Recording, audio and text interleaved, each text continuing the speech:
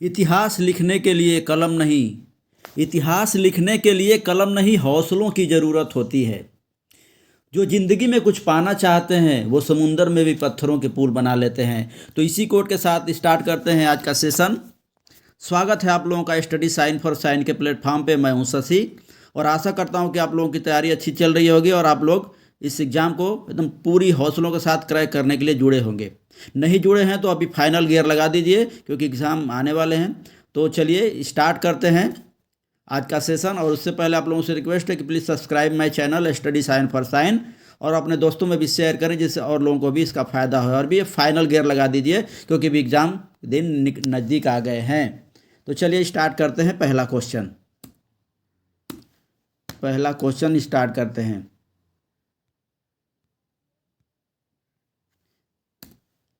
पहला क्वेश्चन क्या है?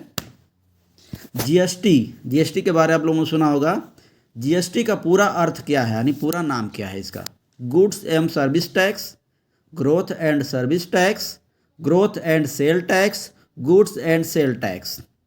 तो इसका आंसर है गुड्स एंड सर्विस टैक्स यानी ए। ये 1 जुलाई 2017 से लागू है। 101वां संविधान संशोधन के द्वारा इसको लाया गया था जीएसटी को। विजय केलकर समिति की सिफारिश पर इसे लागू किया गया था। जीएसटी एक अप्रत्यक्ष कर है यानी इनडायरेक्ट टैक्स है। जीएसटी को समवर्ती सूची में यानी कंकरेंट लिस्ट में रखा गया है। कानून बनाने की 3 लिस्ट होती हैं, सेंटर लिस्ट, स्टेट लिस्ट और कंकरेंट लिस्ट। सेंटर लिस्ट में जो कानून बनाता है वो केंद्र सरकार बनाता है। स्टेट लिस्ट में जो कानून बनाते हैं वो राज्य सरकारें बनाती हैं और कंकरेंट लिस्ट में दोनों अपनी बना सकती हैं। तो ये 1 जुलाई 2017 से जीएसटी लागू है। 101वां संविधान संशोधन के द्वारा इसको लाया गया था। विजय केलकर समिति की सिफारिश पर इसे लागू किया गया था और ये एक अप्रत्यक्ष कर है। जिसे इनकम टैक्स है वो डायरेक्ट टैक्स होता है, अप्रत्यक्ष नहीं होता। और ये क्या है? अप्रत्यक्ष टैक्स है। ठीक है, जीएसटी का पूरा नाम है गुड्स एंड सर्विस टैक्स। तो इसको मेमोराइज कर दीजिए और चलिए नेक्स्ट क्वेश्चन पे चलते हैं। पौधों के पत्तियों का रंग हरा क्यों होता है? पौधों के पत्तियों का रंग हरा क्यों होता है? क्लोरोफिल के द्वारा, फ्लोएम के द्वारा, टिश्यू के द्वारा या केंद्रक के द्वारा? तो इसका आंसर है क्लोरोफिल। क्लोरोफिल जो अपना ग्रीन प्लांट होते हैं उसमें क्लोरोफिल पाया जाता है। इसके चलते पत्तियों का रंग हरा होता है। अगर क्लोरोफिल की कमी होगी तो पत्तियां ब्राउनिश कलर की हो जाती हैं या येलोइश कलर का होकर नीचे गिर जाती हैं। तो प्रकाश संश्लेषण में इसका मेन रोल होता है क्लोरोफिल का। क्लोरोफिल में कौन सी धातु होती है? तो मैग्नीशियम क्लोरोफिल में एक धातु पाई जाती है। ये भी क्वेश्चन बनता है, इसको भी ध्यान रखें। पौधों में भोजन का निर्माण किस प्रक्रिया से होता है? पौधा भोजन किस क्रिया के द्वारा बनाते हैं? तो इसका आंसर है प्रकाश संश्लेषण। और प्रकाश संश्लेषण में किस गैस का उपयोग करते हैं? तो प्रकाश संश्लेषण जब होता है तो वायुमंडल की जो CO2 गैस है उसको ऑब्जर्व करता है वो पौधा प्लांट और अपना भोजन बनाता है। और O2 यानी ऑक्सीजन का उत्सर्जन करता है। तो प्रकाश संश्लेषण से हमको CO2 कम होती है और O2 की मात्रा बढ़ती है। तो इस क्वेश्चन का आंसर से ये है कि पौधों की पत्तियों का रंग हरा होता है। और ये सारे जो जितने क्वेश्चन और बन सकते हैं उसको भी मैं यहाँ पे लिखा हूँ, इसको भी मेमोराइज करिए। तो इसका आंसर क्लोरोफिल है। क्लोरोफिल में मैग्नीशियम होती है। प्रकाश संश्लेषण में इसका मेन रोल है और प्रकाश संश्लेषण में CO2 उपयोग में आती है और O2 छोड़ी जाती है पौधों के द्वारा। चलिए नेक्स्ट क्वेश्चन पे चलते हैं। पौधे श्वसन में कौन सी गैस का प्रयोग करते हैं? ऑक्सीजन की, कार्बन डाइऑक्साइड की, नाइट्रोजन ऑक्साइड की या इनमें से कोई नहीं? तो इसका आंसर है प्रकाश संश्लेषण में पौधे श्वसन में O2 गैस का प्रयोग करते हैं यानी ऑक्सीजन का, और प्रकाश संश्लेषण में पौधे CO2 गैस का प्रयोग करते हैं। दोनों डिफरेंस पता होगा। चलिए आगे बढ़ते हैं। कबूतर पक्षी किस प्रथा का प्रतीक माना जाता है? शांति का, भय का, वीरता का या इनमें से कोई नहीं? तो इसका आंसर है कबूतर पक्षी जो है वो शांति का प्रतीक माना जाता है। नेक्स्ट क्वेश्चन पे चलते हैं। भारत का राष्ट्रीय जलीय जीव कौन सा है? रोहू मछली, मगरमच्छ, डॉल्फिन या इनमें से कोई नहीं? इसका आंसर है डॉल्फिन, जो कि गंगा डॉल्फिन है, उसको राष्ट्रीय जलीय जीव का दर्जा प्राप्त है। इसका वैज्ञानिक नाम है प्लाटानिस्टा गैंगेटिका। गंगा में इसको सूस भी कहा जाता है। यूपी बिहार में इसका नाम सूस भी है। 5 अक्टूबर 2019 को इसको राष्ट्रीय जलीय जीव घोषित किया गया था। कब? 5 अक्टूबर 2019 को इसको राष्ट्रीय जलीय जीव घोषित किया गया। और 5 अक्टूबर 2022 से पहली बार डॉल्फिन दिवस मनाया गया। तो डॉल्फिन दिवस कब मनाया जाता है? 5 अक्टूबर 2022 से शुरू हुआ है और कब मनाया जाता है? 5 अक्टूबर को। डॉल्फिन सेंटर कहाँ स्थित है? तो डॉल्फिन सेंटर पटना में स्थित है। इसमें 5 क्वेश्चन बने, सबके आंसर हैं। इससे रिलेटेड जितने क्वेश्चन आंसर एग्जाम में क्वेश्चन आ सकते हैं सबके यहाँ पे मैं डिस्क्रिप्शन में दे दिया हूँ, तो इसको पढ़ लीजिए। नेक्स्ट चलते हैं। तमिलनाडु की प्रख्यात शास्त्रीय नृत्य किस शैली की है? तमिलनाडु का जो नृत्य है वो किस शैली का है? भरतनाट्यम, कुचिपुड़ी, मोहिनीअट्टम या इनमें से कोई नहीं? तो इसका आंसर है भरतनाट्यम। तमिलनाडु में जो शास्त्रीय नृत्य है वो भरतनाट्यम है। कुचिपुड़ी आंध्र प्रदेश का है, कथक नॉर्थ इंडिया यानी यूपी में होता है, मोहिनीअट्टम केरला का है। ठीक है, चलिए नेक्स्ट चलते हैं। इंग्लिश चैनल तैर कर पार करने वाला प्रथम भारतीय कौन है? मिहिर सेन, आरती शाह, माइकल फिलिप्स या इनमें से कोई नहीं? देखिए इसमें थोड़ा सा मिस्टेक हुआ है। इंग्लिश चैनल तैर कर पार करने वाली प्रथम भारतीय महिला आरती शाह हैं और प्रथम जो भारतीय हैं वो मिहिर सेन थे। तो प्रथम भारतीय अगर आता है तो मिहिर सेन लिखना है, प्रथम महिला आता है तो आरती शाह हैं। लावड़ी किस राज्य का नृत्य है? लावड़ी जो नृत्य है वो किस राज्य का है? गुजरात, बिहार, महाराष्ट्र या राजस्थान? तो इसका आंसर है महाराष्ट्र। लावड़ी जो है वो महाराष्ट्र का नृत्य है, सी इसका आंसर हुआ। डांडिया और गरबा गुजरात के नृत्य हैं, विदेशिया और जाट जटिन बिहार के हैं, घूमर राजस्थान का है। ठीक है, डांडिया और गरबा गुजरात के हैं, विदेशिया और जाट जटिन बिहार के हैं, घूमर राजस्थान के हैं। अगर आपको वीडियो पसंद आ रहा है तो प्लीज़ सब्सक्राइब कर लीजिए, दोस्तों में बताइए। बहुत अच्छे अच्छे वीडियोस पे लेके आऊँगा मैं आप लोगों के लिए। एकदम फाइनल गियर लगा दीजिए क्योंकि आपको एग्ज़ाम क्रैक करना है। डोंट बी लेजी, लेजी नहीं बनना है। ये फाइनल गियर में एग्ज़ाम की तैयारी बहुत अच्छे से होती है। ये सारे ऐसे ऐसे क्वेश्चन चुन के लाऊँ कि मैं भी एग्ज़ाम में ये आ जाएँ। तो चलिए नेक्स्ट क्वेश्चन पे चलते हैं। लाइक भी कर दीजिए आपको पसंद आ रहा है तो। अरावली पर्वत की सबसे ऊंची चोटी कौन सी है? अरावली पर्वत की सबसे ऊंची चोटी कौन सी है? गुरु शिखर, दोद्दा बेटा, एवरेस्ट या नंदा देवी? तो इसका आंसर है गुरु शिखर। गुरु शिखर या राजस्थान के सिरोही जिले के माउंट आबू पहाड़ी पे है। इसकी ऊंचाई 1722 फीट है।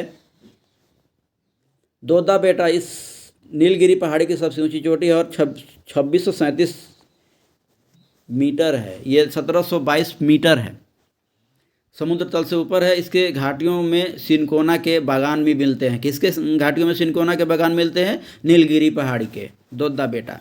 नंदा देवी भारत की सेकेंड लंबी चोटी है, 7817 मीटर ऊंची है। भारत की सबसे ऊंची चोटी कौन सी है? केटू यानी कंचनजंगा। और विश्व की सबसे ऊंची चोटी कौन सी है? तो एवरेस्ट है। चलिए नेक्स्ट चलते हैं। नर्मदा नदी कहाँ से निकलती है? अमरकंटक की पहाड़ियों से, नीलगिरी की पहाड़ियों से, हिमालय से या पश्चिमी घाट से? देखिए अमरकंटक की पहाड़ियों से मैकाल रेंज में पड़ता है। यहाँ से निकलने के बाद पश्चिम में बहते हुए अपने प्रवाह में 3 जल प्रपात बनाती है।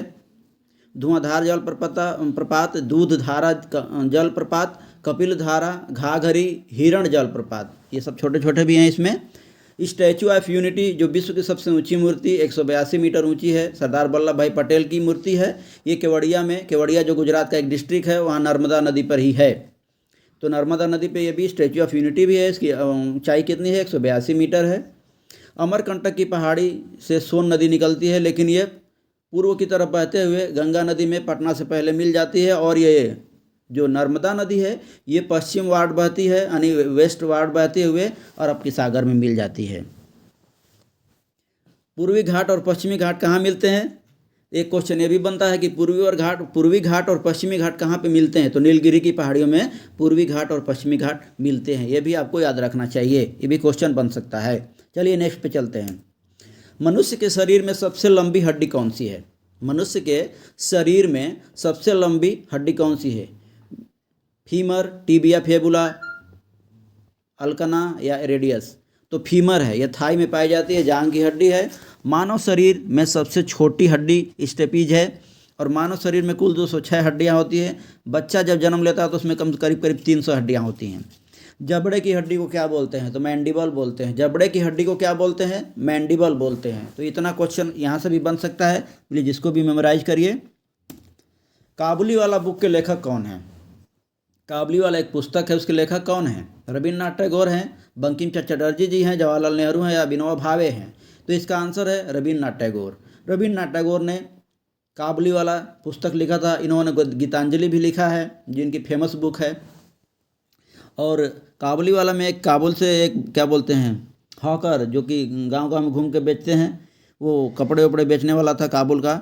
एक छोटी बच्ची को जब आता था तो कुछ मिठाइयाँ देता था, लेकिन जब वो दोबारा आया तो उसकी शादी हो रही थी, तो वो अपने गांव चला गया था। तो ये उसकी कहानी है, उसी के इर्द गिर्द है काबुली वाला। आप अभी तो आप लोगों के पास टाइम नहीं है, लेकिन जब आप नौकरी लग जाए तो ज़रूर इसको एक बार पढ़ना, बहुत ही इंटरेस्टिंग बुक है। कौन सी? काबुली वाला। ओके, नेक्स्ट चलते हैं। श्रीलंका में गृह युद्ध समाप्त कब हुए थे? श्रीलंका में गृह युद्ध समाप्त कब हुए थे? 2009 में, 2022 में, 2021 में या 2015 में? देखिए, श्रीलंका में गृह युद्ध 2009 में समाप्त हो गए थे। और श्रीलंका के वर्तमान पीएम कौन है? तो दिनेश गुणवर्धन हैं। श्रीलंका की राजधानी श्रीविजयवर्धने कोट है। और श्रीलंका में चीन ने श्रीलंका में कौन सा पोर्ट लीज पे लिया है? एक क्वेश्चन ये भी बनता है, क्योंकि चाइना वहाँ पे बार बार अपना स्पाई जो जहाज है वहाँ लाके पार्क कर देता है, डेक कर देता है। तो चीन ने श्रीलंका में कौन से पोर्ट पे लीज लिया है? हम्बनटोटा पोर्ट को चीन ने श्रीलंका में लीज पे लिया है। वो अभी वहाँ पे अपना एक मिसाइल का जो अग्नि 5 का बोलते हैं कि टेस्ट होने वाला था, तो उनका एक स्पाई शिप है युआन वांग 5। इसको भी याद करिए, करंट अफेयर्स में आ सकता है। युआन वांग 5 चीन का स्पाई शिप है, जो श्रीलंका के हम्बनटोटा में डेक हुआ था। ये स्पाई शिप है, उसका नाम है युआन वांग 5। चाइना का है ये, हम्बनटोटा श्रीलंका में। और श्रीलंका का जो पोर्ट है हम्बनटोटा, उसको लीज पे लिया है। तो चलिए नेक्स्ट करते हैं। किस देश ने सार्वभौमिक मताधिकार 19वीं शताब्दी में दे दिया था? पाकिस्तान ने, न्यूजीलैंड ने, भारत ने या चाइना ने? तो ये इसका आंसर है न्यूजीलैंड ने।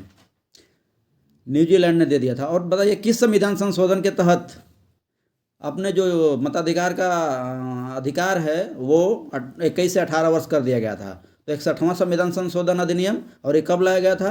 तो 1989 में, 1989 में लाया गया था। नेक्स्ट चलते हैं। भारत में वोट डालने का अधिकार किस संविधान संशोधन से 21 से 18 वर्ष किया गया? 61वां संविधान संशोधन। ये कब लाया था? 1989 में लाया गया था। ओडिशा में सबसे बड़ी अप्रवाही झील कौन सी है? अप्रवाही झील। डल लेक नहीं है, चिल्का लेक, वुलर झील, पुलिकट झील। तो देखिए, इसका आंसर है चिल्का झील। ओडिशा में चिल्का झील है। डल झील श्रीनगर में है। डल झील में एक पहल शुरू किया गया था, निवेशक दीदी। डल झील में SBI का पहला तैरता हुआ ATM लाया गया था। किसमें? डल झील में। दूसरा है चिल्का झील। इसका आंसर सही है, इस क्वेश्चन का तो आंसर चिल्का झील है। तो चिल्का झील खारे पानी की झील है। भारत की पहली रामसर साइट भी चिल्का झील ही है। रामसर साइट के बारे में सुने होंगे। रामसर साइट जो है आर्द्र भूमियों के लिए लाया गया है। तो इसकी जो भारत की पहली रामसर साइट कौन सी है? वो चिल्का झील है। इंडियन नेवी की बेसिक ट्रेनिंग होती है सेलर की यहीं पे, चिल्का झील में ही होती है। ठीक है। बुलर झील कश्मीर में है। और पुलिकट झील कहाँ पे है? आंध्र प्रदेश में है। तो चलिए नेक्स्ट पढ़ते हैं।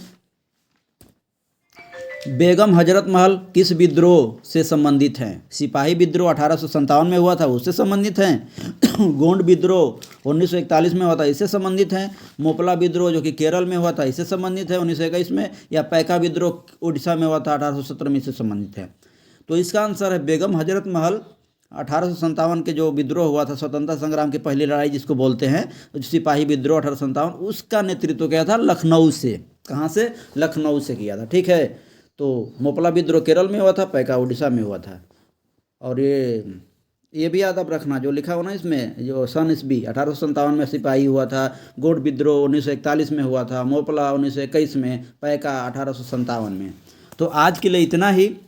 मिलते हैं नेक्स्ट वीडियो में। जय हिंद। प्लीज़ ज़रूर शेयर करें, सब्सक्राइब कर लें, जिससे मैं नेक्स्ट वीडियो का और एकदम फुल गियर में अभी आएगा, क्योंकि आप लोगों का बहुत कम तैयारी है। और फटाफट इसको रिवाइज कर लीजिए और वीडियो को स्किप करके मत देखा करिए, पूरा देखा करिए। जय हिंद, वंदे मातरम।